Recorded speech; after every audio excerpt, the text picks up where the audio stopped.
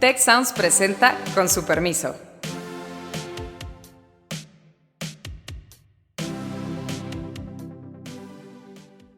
Con su permiso, soy Beata Boina y hoy vamos a hablar sobre la economía y más específicamente sobre México, su situación económica para comenzar este año. La pobreza extrema ha crecido de 8.3% a 9.4% de la población. Es una inflación fundamentalmente importada de una serie de insumos que han ido subiendo y pues se están reflejando en una serie de productos. ¿Qué tienen que ver la inflación en Estados Unidos y la inflación en México y por qué parece que allá sí se controló y acá no? Me acompaña Sofía Ramírez y Carlos Elizondo en este espacio. La inflación es lo que ha marcado durante el último tiempo la historia económica de México, alrededor de 8%, aunque la verdad es que se habla de que la canasta básica subió hasta 11% a lo largo del último año. Y los costos de vida, cómo llegar al fin del mes, es el gran problema que viven en México y que viven prácticamente en todas las partes del mundo, a raíz de diferentes factores, diferentes procesos, diferentes causas. Últimamente, la guerra de Rusia contra Ucrania, antes la pandemia, seguimos con la inflación. ¿Cómo eso se refleja aquí en México, Sofía? Pues mira, Beata, primero que nada, la inflación no la padecen igualmente hombres, mujeres, pero tampoco la padecen igualmente personas de estratos socioeconómicos más altos y más bajos.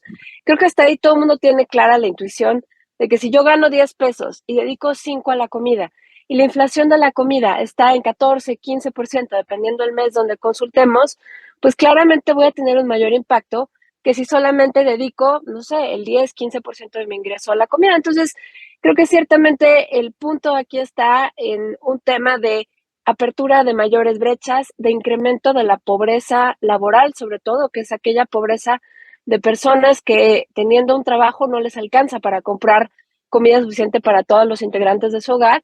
Y bueno, pues al final del día la canasta básica tampoco se ha encarecido de manera pareja. Estos días hemos visto cómo el huevo pues ha estado repuntando durísimo.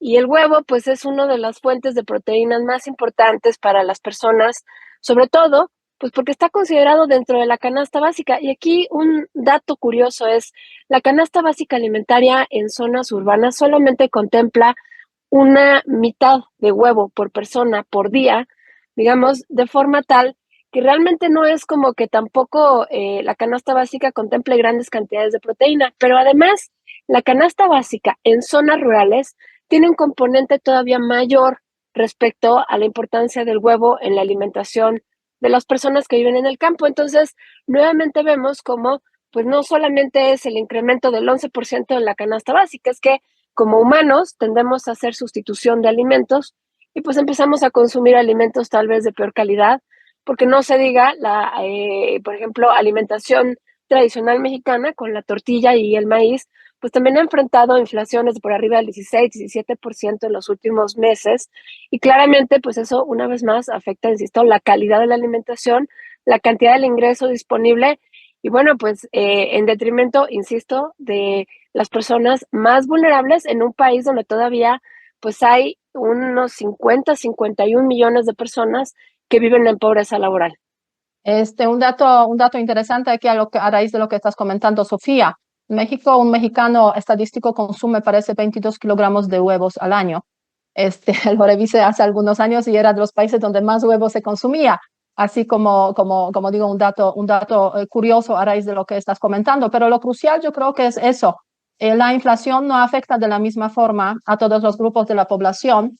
Y en ese contexto, quizás un dato más que salió hace pocos meses, que lo publicó CEPAL, precisamente en uno de sus informes sobre América Latina y la situación socioeconómica, mencionando respecto a México, de que entre 2021 y 2022 la pobreza extrema ha crecido de 8.3% a 9.4% de la población. Es más de 1.100.000 más o menos de la población que pasó de la pobreza a pobreza extrema y es un grupo sin ninguna duda más afectado por el tema de la inflación.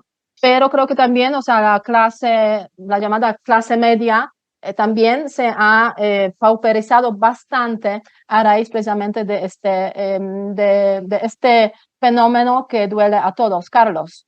En efecto, es un fenómeno que duele a todos, y duele a todos pues porque te erosiona tu capacidad de compra.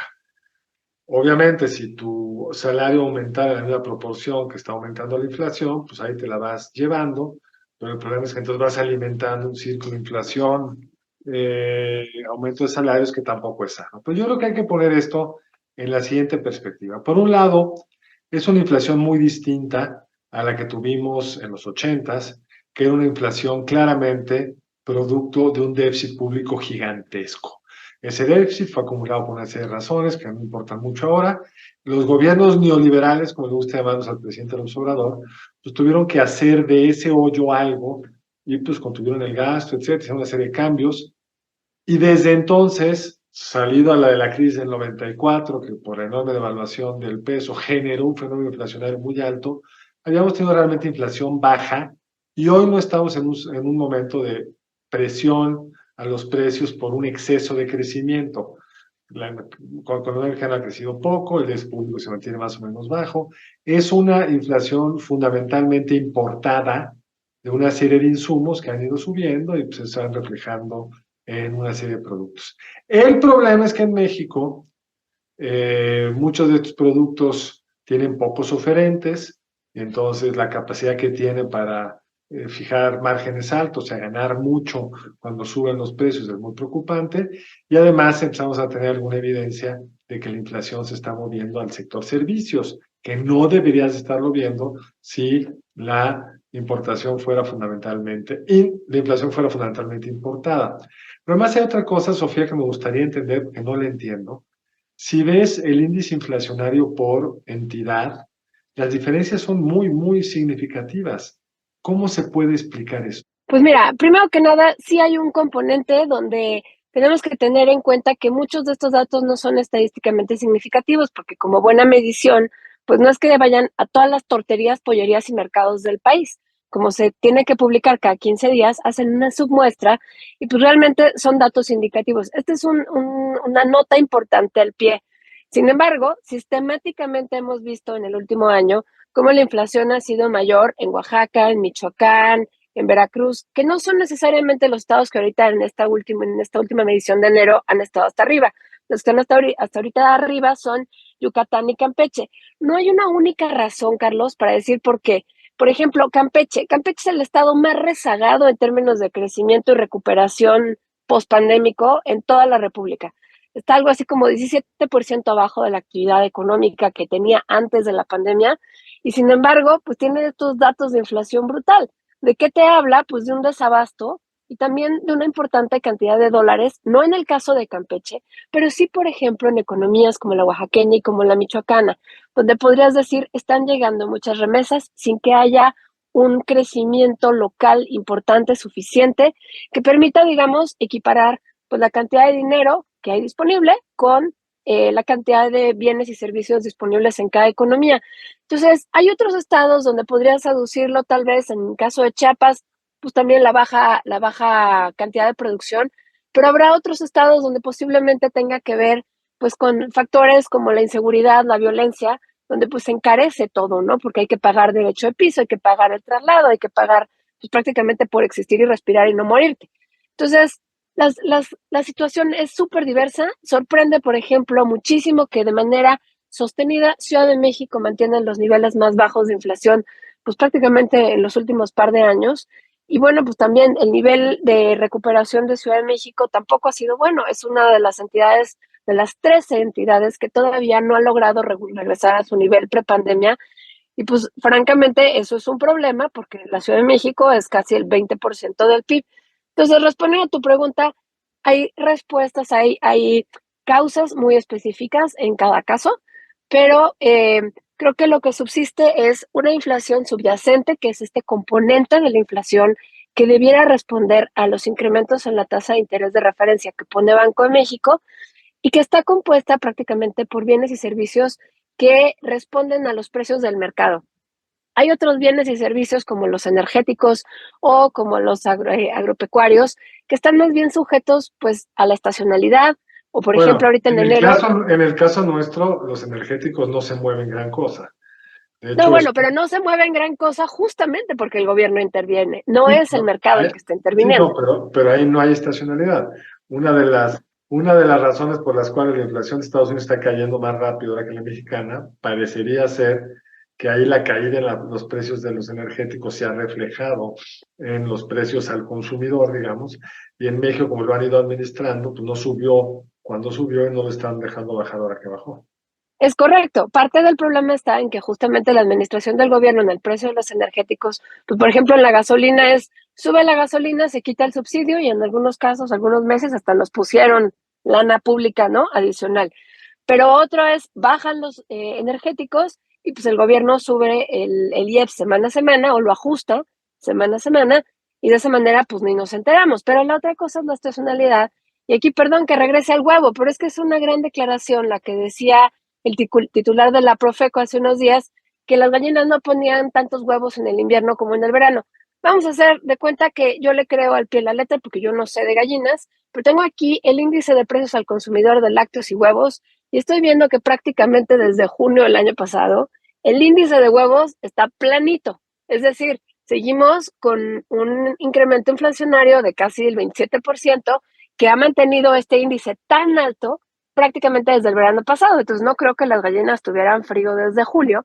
Y A lo más bien mejor se la debe 4T no les ha justamente. caído tan bien y no ponen huevos, No, yo No, pues creo los que factores de mercado. porque los en Estados ciudadanos de Unidos los ha Estados subido. Unidos, sí, que compren ahí en la frontera más huevo, porque ahí sí han subido los precios del huevo mucho, parece, en los Estados Unidos. Entonces, igual por ahí les están, entre comillas, están robando a México los huevos, que suben a raíz de esos los precios. Y es que se murieron muchísimas gallinas por una epidemia de gripe aviar. Entonces es un fenómeno bastante específico y no creo que sea el mejor indicador de la inflación hoy. Por más Pero que bueno, yo muy creo, doloroso. sí, yo creo que es importante aquí porque obviamente hay diferentes comportamientos de diferentes productos y se podrían aquí mencionar muchos más. Ahora bien, esa inflación que la hemos empezado a ver prácticamente al finalizar, bueno, a finales del año 2020, todo es el año 2021, el año 2022, y se ha mantenido alrededor de 8% en esos últimos tiempos, pues hay expectativas de que va a finalizar en algún momento. Hay factores externos, obviamente, es una inflación importada, o sea, lo cual yo creo que es relevante porque en cuanto remitan de alguna forma esos factores externos, podríamos esperar un bajón en la inflación y es lo que probablemente va a ocurrir a finales de este año o comienzos del año próximo. ¿Cómo ustedes ven ese tema? O sea, ¿cuándo vamos a dejar de tener que sufrir la inflación o cuándo se va a llegar, digamos, a esos niveles eh, proyectados por el Banco de México como niveles óptimos en cuanto a la inflación? Yo creo que ahí el Banco de México es quien lleva mano, porque quien te diga que sabe cuándo se va a controlar la inflación, te está tomándote el pelo. Mira, en términos de expectativas de cuánto estaría creciendo la inflación si se mantuviera la misma tasa del trimestre durante todo el año, el pico se alcanzó, de acuerdo a los datos del Banco de México, en el segundo trimestre del año pasado, porque hubiéramos tenido una inflación anualizada del 10%. Como bien dice, cerramos el año un poquito abajo del 8% y abrimos el año un poquito arriba del 8%.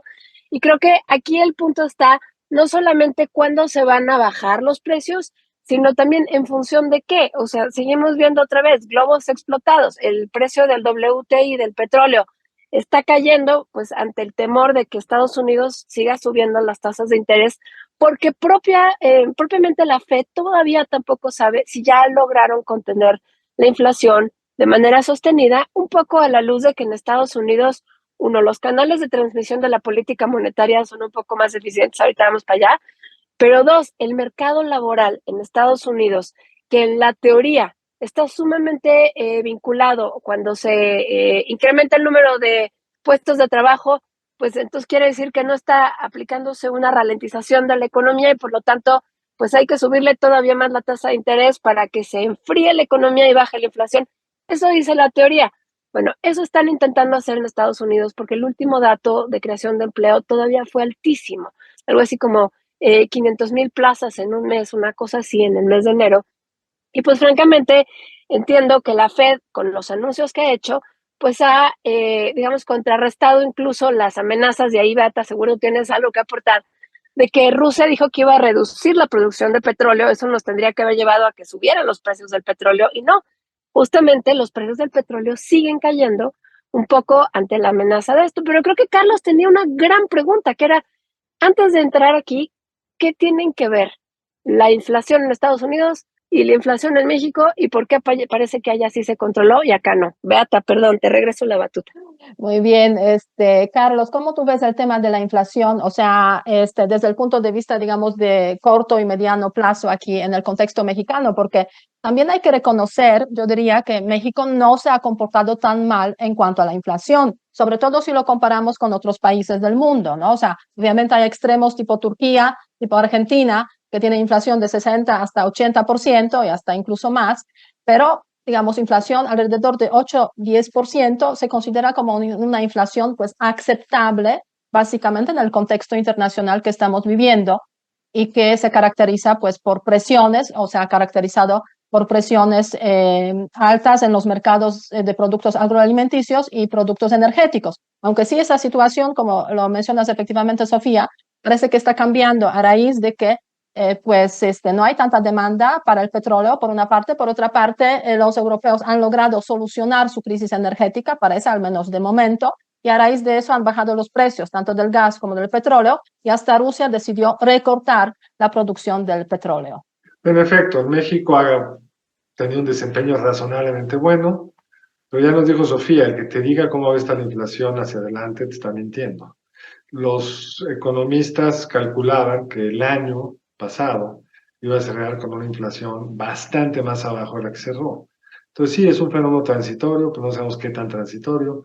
Pero yo creo que la buena noticia es que los instrumentos de política económica están funcionando. Es decir, el gobierno ha dejado al Banco Central aumentar la tasa de interés de acuerdo a las expectativas del Banco Central, ha mantenido una política fiscal pues, con un déficit relativamente pequeño comparado con nuestro pasado inflacionario ochentero u otros países. Y aunque hoy o ayer el presidente algo dijo que el banco debería también propiciar el crecimiento del Banco de México, como seguramente saben, el Banco de México tiene un solo mandato, que es el contención de los precios, y como explicó muy bien uno de los subgobernadores, Jonathan Heath, al contener los precios de forma de mercado, es decir, sin andar fijando precios, es el mejor estímulo al crecimiento futuro. Pero algunos países, en algunos lugares, Turquía es el extremo, el gobierno no cree que las tasas de interés sean la forma para frenar la inflación y presiona para que las bajen. Y entonces la cosa se vuelve muy complicada y muy desasiada. México no está ahí. Creo que la trayectoria va razonablemente correcta y va a depender de una serie de factores externos difíciles de predecir. ¿Puedo agregar algo ahí, Beata? Sí, adelante, Sofía, sí. Pues mira, creo que no le respondí. Aquí tengo abierto el comunicado del Banco de México de la última decisión de política monetaria del 9 de febrero, y lo que dice el Banco de México es que espera el componente subyacente de la inflación tiene que regresar a la banda de 3% más menos 1, digamos por debajo del 4%, hasta el segundo trimestre del 24. Claramente eso suena como que va a suceder en muchísimo tiempo, pero además lo que es cierto es que hemos venido pateando la expectativa de cuándo vamos a entrar, digamos, otra vez a la banda de expectativas, a la banda de inflación del Banco de México. Pero creo que aquí el punto está, y justamente ya lo decía Carlos, primero era una inflación importada, luego era una inflación que ya está aquí adentro, y justamente por eso los canales de transmisión, que suenan como una cosa rarísima, son tan, pero tan relevantes. Canales de transmisión no es otra cosa sino decir cómo la política monetaria puede afectar, digamos, pues no solamente la preservación, por supuesto, del valor del poder adquisitivo de la moneda, como marca la ley, que bien decía Carlos, que es una manera rimbombante de decir pues, que el peso valga lo que tiene que valer, pero tenemos por lo menos 3 o 4 problemas muy importantes en México. Uno, tenemos un nivel competitivo del sistema financiero bancario muy chiquitito, son 6 o 7 bancos que dominan prácticamente el mercado. Oye, perdón, Sofía, pero 6 o 7 bancos es muchísimo. En otros sectores tienes 1 o 2. De hecho, no, a ver, estoy de acuerdo, pero sigue siendo todavía quienes llevan una gran parte del mercado, pues son todavía menos. ¿pero en O sea, qué 6 o país, 7. salvo un país como Estados Unidos, que es gigantesco? ¿Cuántos bancos hay en España? Grandes. No tengo ni idea, pero lo que te estoy queriendo Igual, transmitir es que no es en una casi, única razón. En casi todos los lugares del mundo, Sofía, los bancos son pocos. La pregunta es si son suficientes para que haya competencia. Yo cuando mi esposa sacó hace poco un crédito hipotecario, te puedo contar la enorme competencia que hubo y acabó sacando un crédito a una tasa muy favorable. Entonces no estoy seguro que por ahí empezaría. Hay muchos otros productos con menos competencia. Permíteme entonces mandar esa razón a la fila, pero claramente los bancos ahorita están cobrando hasta 70% en las tarjetas de crédito. Entonces, pues realmente al que tengamos una tasa de interés de referencia de 11%, pues no les afecta mucho. Ese ponlo al final como una de las razones. Pero tienes otros puntos anteriores. Tienes una tasa de informalidad laboral enorme que deviene en una muy baja inclusión financiera en México y sobre todo, pues una bajísima penetración crediticia. Entonces, estamos ahí por debajo de los niveles de países de nivel de desarrollo semejante, tanto en informalidad como en inclusión financiera, como en penetración crediticia. O sea, esto claramente impacta en que cada vez que sube la tasa de interés de referencia, pues no está impactando necesariamente desde muchos lugares de inflación. Y al final nos quedamos con un único canal, bueno, de hecho son dos, con el tipo de cambio, el traspaso del tipo de cambio, ese es uno, y el otro es el canal de las expectativas. Del canal del traspaso de tipo de cambio, también hay evidencia de que cuando, como tú decías, los movimientos, digamos, en la depreciación no son mayores a 7%, pues realmente el traspaso es cero. Pero el canal de las expectativas, que ahí es donde quería yo llegar, es particularmente importante. ¿Expectativas de quién o qué? Expectativas de los actores económicos de que la inflación va a seguir subiendo. Cuando en enero empezamos a ver que todo el mundo ajustó sus precios en servicios, pues no solamente está ajustando lo que ya les incrementó el año pasado de costos, también le están subiendo lo que esperan que vaya a seguir subiendo, pues el costo de los insumos, el costo de la mano de obra y demás.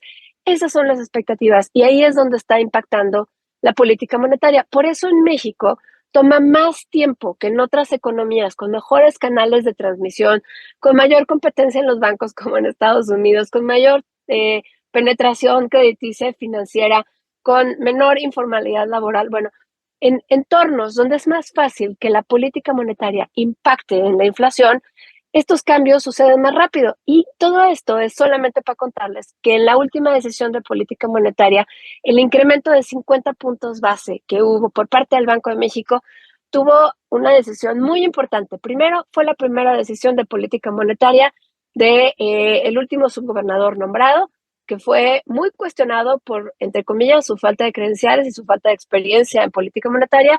Y punto número dos, porque nos desancla, digamos, o no nos desancla, nos desapega de los movimientos que habíamos visto por parte de la Fed en Estados Unidos. Habíamos movido, si la Fed movía 25 puntos base, nosotros movíamos 25 puntos base. En esta última ocasión, Fed subió 25 puntos base, nosotros subimos 50 puntos base, y eso habla, como bien decías, Carlos, al principio, de la autonomía del Banco de México, de que hay un estudio a fondo de las causas y por lo tanto la votación fue unánime, de ahí que el presidente dijera, oye, no, pero no están viendo el crecimiento.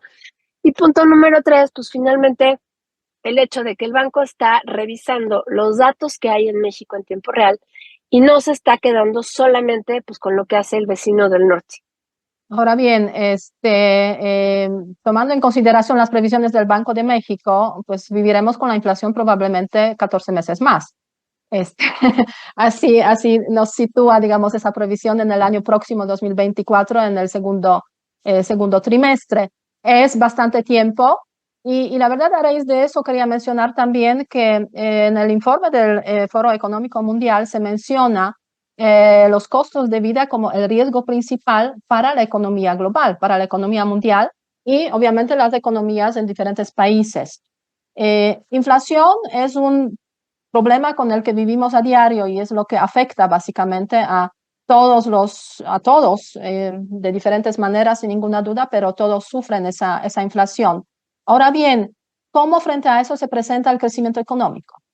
Porque el hecho de que haya inflación, bueno, tenemos que sufrirlo, pero el crecimiento económico es crucial para que podamos de alguna forma salir de una situación económica muy complicada a la cual nos ha llevado por una parte la pandemia y por otra parte la guerra de Rusia contra Ucrania. Este año empieza con unas mejores provisiones, por ejemplo, perspectivas del Fondo Económico Mundial para la economía global y también para la economía mexicana. En octubre se pensaba que iba a ser peor, que la economía global va a crecer 2.7%. Ahora se ha dicho hace poco que va a ser 2.9%. Respecto a México, hace algunos meses se hablaba de 1.5%, ahora se habla de 1.7%. Son datos del Fondo Económico Mundial. ¿Cómo tú, Carlos, ves las perspectivas económicas, digamos, de crecimiento económico para México en ese contexto?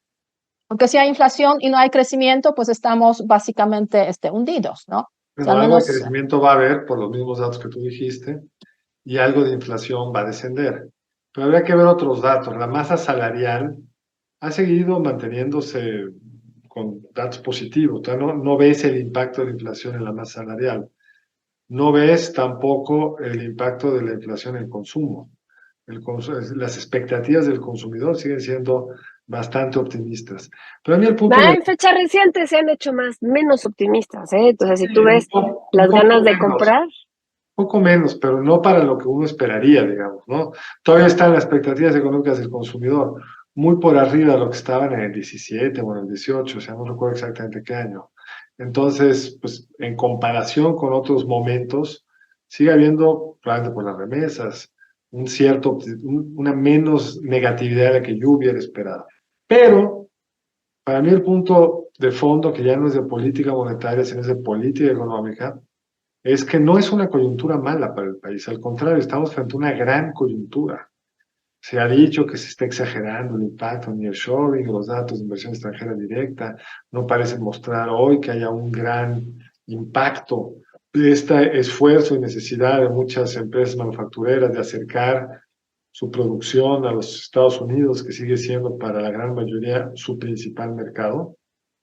Pero el momento ahí está la evidencia de ocupación en parques industriales, el anuncio de inversiones como la de la semana pasada de BMW en San Luis Potosí. Ahí está la necesidad y no tenemos un gobierno que esté impulsando esto de forma sistemática, viendo cuáles son las restricciones al crecimiento, si el problema es de infraestructura, qué tipo de infraestructura se requeriría, electricidad verde, etcétera, etcétera. Para mí la gran preocupación no es si el crecimiento es, pues sí, mediocrón, más malo que los que teníamos en el pasado, sino mi gran preocupación es que no estamos aprovechando la oportunidad. hay un momento extraordinario sin ninguna duda. Obviamente no nos dará tiempo hoy a hablar sobre proveeduría segura, cercana, nearshoring, porque yo creo que hay que dedicarle un capítulo aparte a ese tema. Pero Sofía, o sea, las perspectivas de crecimiento, ¿cuáles son a tu parecer, pues los principales como factores de crecimiento para este año 2023? pues mira, sí coincido que tenemos una gran oportunidad que obviamente nos va a seguir llevándose adelante. Yo creo que vamos a crecer alrededor del 1%. Yo creo que el fondo fue muy optimista, muy generoso con la información que proveyó en su última ajuste de inflación, de perspectivas de crecimiento. Creo que hay sobre todo oportunidad de reubicación de cadenas de suministro en manufacturas de electrónicos, maquinaria, muebles y autopartes, que son elementos que cuesta trasladar de un lado a otro. Sin embargo, obviamente, hay retos súper importantes, como por ejemplo la certificación de la madera. Hay empresas muy grandes transnacionales que están queriendo construir muebles en México y que resulta que no pueden usar los troncos que les provee aquí los proveedores locales porque no tienen certificación de no ser pues de fuente de bosques protegidos y demás. Ese tipo de cosas, esas cosas que parecen chiquitas, que parecen minucias, los permisos, la extorsión, el costo de traslado, los costos de las materias primas, pues que se elevan mucho cuando hay crimen organizado de por medio. Esas son las pequeñas trabas que van a hacer que este mar de inversión que ya está llegando se concentre, uno, en lugares muy específicos como Nuevo León, como Jalisco, como pues, también Chihuahua, Sonora, Coahuila, etcétera, pero también van a ser muy importantes los temas que tengan que ver con certidumbre jurídica, porque obviamente tenemos ahorita pues un tema energético ahí a la mitad, parece que las cosas medio se están resolviendo, pero si no garantizamos energía suficiente y limpia para que estas plantas se vengan a instalar, pues las empresas van a decidir no venir a hacer esta gran inversión para los próximos 20, 30 o 40 años. Entonces yo le pondría muchísimo atención a la inversión, a la certeza jurídica, pero también a todas estas pequeñas cositas que nos hacen pues menos competitivos y menos atractivos para la ubicación de estas empresas. Más el tema de seguridad, sin ninguna duda, que es muy, digamos, relevante cuando hablamos de las inversiones y de la presencia aquí en México de las empresas extranjeras. Un par de comentarios más para cerrar, Carlos. No, yo creo que está tratado lo fundamental y siempre rodarle a nuestro público que, bueno, los temas de coyuntura son eso, coyunturales, se van moviendo. El año pasado, algunos de los analistas creían que la economía mexicana iba a crecer, recuérdame, Sofía, 1.5, 2 creo que andaba en el arranque del año, luego fue bajando. Entonces, pues las sorpresas pasan y el chiste es que los gobiernos estén haciendo lo mejor posible. En materia de política monetaria creo que estamos haciendo lo correcto. En materia de promoción del crecimiento creo que no. Sofía, un par de comentarios al final, o al menos que no dañen, ¿no? Que dejen que a menos que no dañen ocurran. mis comentarios. El gobierno, claro. También tus comentarios. Mis comentarios siempre serán propositivos, querido Carlos. No, a ver, yo creo que no hay que desestimar el tema de la estabilidad macroeconómica para efectos de cómo nos vemos al exterior. Es muy importante y pareciera que nuestras finanzas públicas más o menos ahí van. Obviamente, en otro capítulo tendremos que platicar qué pasa con las finanzas públicas. Ahí invitamos a Héctor para que nos ayude a desmenuzar los miles de motivos por los cuales debiéramos estar parados de pestañas al respecto. Pero ahorita vamos a darle tranquilidad al público que nos escucha decir, parece que las cosas se ven bastante bien, tendremos crecimiento, tendremos recuperación, la economía se mueve en gran medida a partir de todos estos sectores que están vinculados al comercio exterior, como es comercio, manufacturas, transporte, logística, seguros. Esos son los sectores donde está llegando la inversión extranjera directa, que además, pues por cierto, el año pasado tuvieron un nivel récord con los datos preliminares de la Secretaría de Economía de 35,000 millones de dólares. Tenemos ahí un tema, porque quiere decir que solo en el último trimestre, pues crecieron bien poquito, 3,000 millones de dólares, y en el resto del año, pues nosotros 32,000. Entonces, creo que habrá que ir revisando los datos todavía hacia adelante. Por lo pronto, me quedo con que este año sí vamos a crecer, absolutamente por debajo de lo necesario, pero sí vamos a crecer, Beata. Bueno, qué buenas noticias. La perspectiva económica para México 2023 se ve mejor de lo que se veía a finales del año pasado. Es una buena noticia. Y yo diría con un comentario muy simple. Ojalá la inflación vaya bajando y el crecimiento vaya subiendo. Entendámoslo como queramos en términos económicos, pero terminamos ese podcast con su permiso, esperando que comenten, que nos escuchen y que hagan preguntas, porque es la base precisamente también de nuestro podcast. Y síganos en redes sociales, @socialestech, para precisamente dar su opinión sobre el podcast. Hasta luego. Si quieres conocer más sobre el comercio y los negocios, te invitamos a escuchar Territorio Negocios. La experiencia del cliente o del usuario es cada vez más importante. El podcast en el que hablamos sobre las nuevas tendencias de innovación, emprendimiento, finanzas y liderazgo en México y en el mundo. Escúchalo en Spotify, Apple Podcast y Google Podcast. Muchas gracias al equipo del Tecnológico de Monterrey y de Tech Sounds. Productora ejecutiva, Lisbeth Siller. Productoras de Con su permiso, Stephanie Cisneros y Eva Obando. Diseño, Lisette Rodarte. Analíticos y alianzas, Lilia Martínez. Postproducción, Max Pérez y Marcelo Segura. Les invitamos a escuchar el siguiente episodio de Con su permiso y el resto de programas de Tech Sounds en los canales de su preferencia.